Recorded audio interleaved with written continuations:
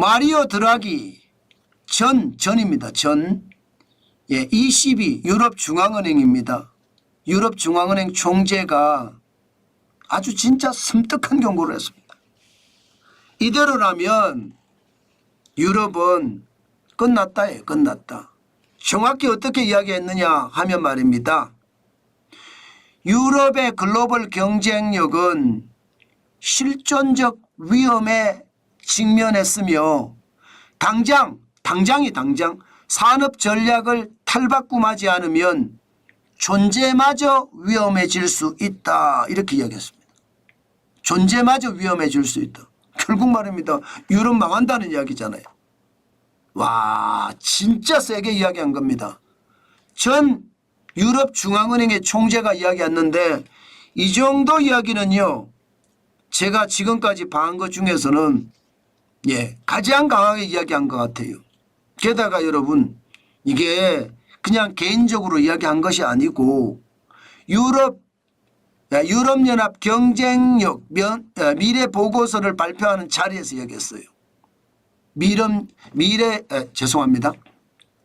유럽연합 경쟁력의 미래라는 보고서를 발표하는 자리에서 이야기했습니다. 그만큼 지금 유럽은요. 미국과 중국의 사이에서 고전을 면치 못하고 있고 이렇게 고전을 면치 못하는 것은 유럽이 혁신이 없다는 거예요. 그러면 유럽이 중국이나 혹은 미국을 따라가려면 미국하고 맞서려면 어떻게 해야 되느냐. 이거 한번 보세요. 신규 투자액이 적어도 7천억 유로에서 8천억 유로 정도는 해야 된다는 거예요. 그것도 매년 7천억 유로에서 8천억 유로면요. GDP 대비 비율이 4.4%에 4.7%입니다. 2차 대전 후에 유럽 재건을 위해서 원조 계획을 한 게 마샬 플랜입니다. 그 당시에 말입니다. 미국이 1%에서 2% 정도 신규 투자를 했었거든요.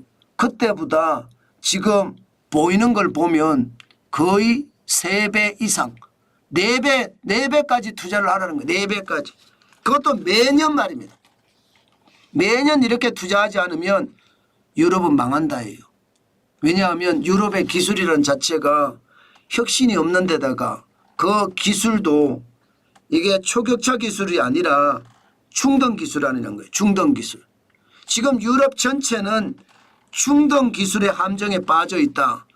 이 중등 기술의 함정에서 벗어날 수 있는 방법은 새로운 연구 개발을 하고 그에 따라서 혁신 기술을 만들어야 된다. 그렇지 않으면 유럽은 이대로 끝장난다. 지금 이렇게 이야기하고 있는 겁니다. 충격적이죠.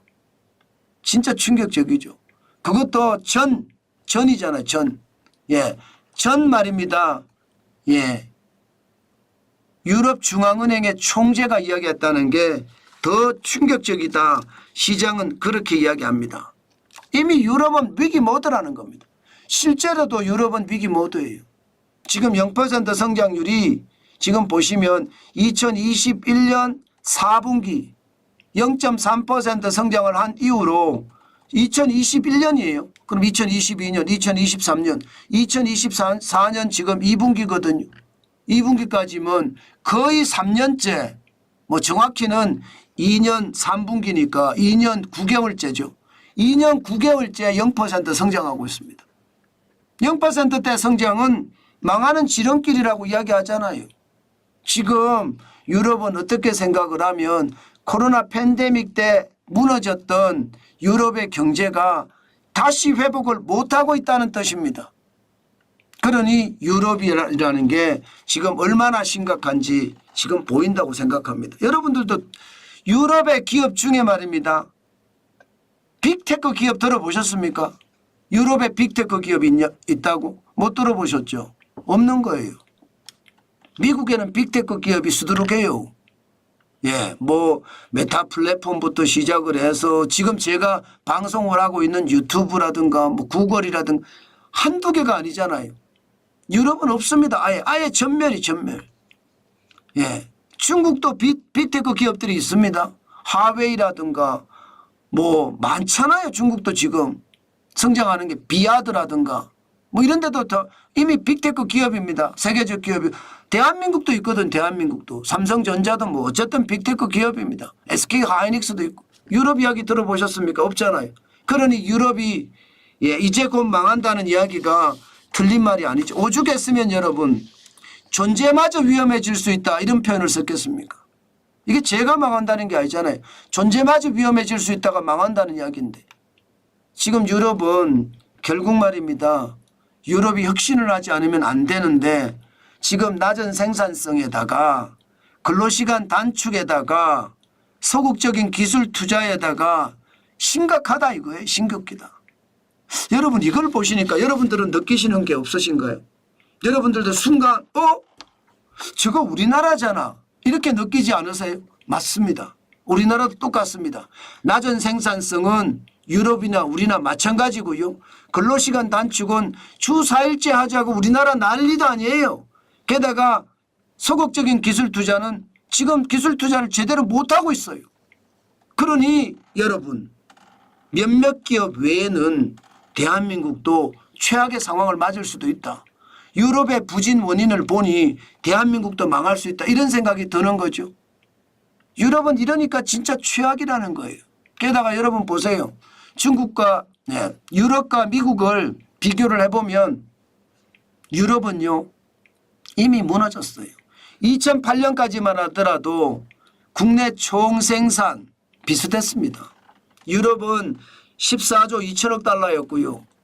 미국은 14조 8천억 달러였습니다. 그러나 2023년을 보면 거의 말입니다. 2배 차이 납니다. 거의 2배 차이 납니다. 2023년 유럽은 15조 1천억 달러고요. 미국은 26조 9천억 달러입니다. 문제는 이렇게 차이 나는 게 여기서 끝이 아니라는 거죠. 유럽이 곧 망한다 하는 게 여기서 끝이 아니라는 거예요. 왜?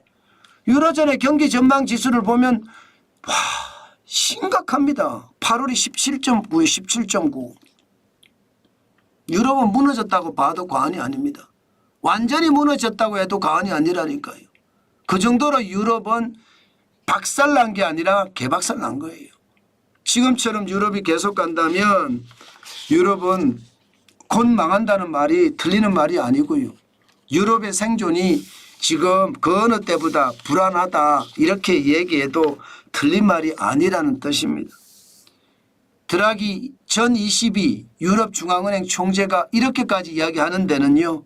그만한 이유가 있고 그만한 이유는요. 결국 지표에 있다는 겁니다. 그런데 과연 유럽이 투자할 수 있을까요? 이렇게 많은 돈을 투자할 수 있을까요? 여러분들이 이렇게 많은 7,500유로, 8천억 유로 이렇게 투자할 수 있을까요? 쉽지 않을 겁니다. 그럼 유럽의 경쟁력은 점점 떨어진다는 거예요. 지금 이렇게 되면 보세요. 세계 시장 이러면 가장 큰 시장 이러면 미국 시장, 중국 시장 이렇게 이야기합니다. 그 다음이 요즘은 애매합니다. 유럽 시장이냐 아니면 동남아 시장이냐. 요즘 동남아 시장이 더 커졌어요. 어떨 때는요. 이대로 가면 유럽은 이제 축축축축 처질 거예요. 그 정도로 유럽의 상황 지금 그 어느 때보다 유럽이 고전을 겪고 있다. 혁신하지 않으면 이제 유럽은 끝장난다. 그 생각하거든요. 마찬가지로 대한민국도 귀담아 들어야 돼요. 유럽의 경제 체제를 우리가 닮아가거든요. 희한하게. 왜 우리는 유럽을 닮아가는지 모르겠어요. 미국을 닮아가도 저는 시원찮다고 생각을 하는데 이렇게 되면 우리도 진짜 어려움에 봉착할 수도 있다는 것 다시 한번 생각해 봐야 된다. 저는 그 말씀 오늘도 강조해 봅니다.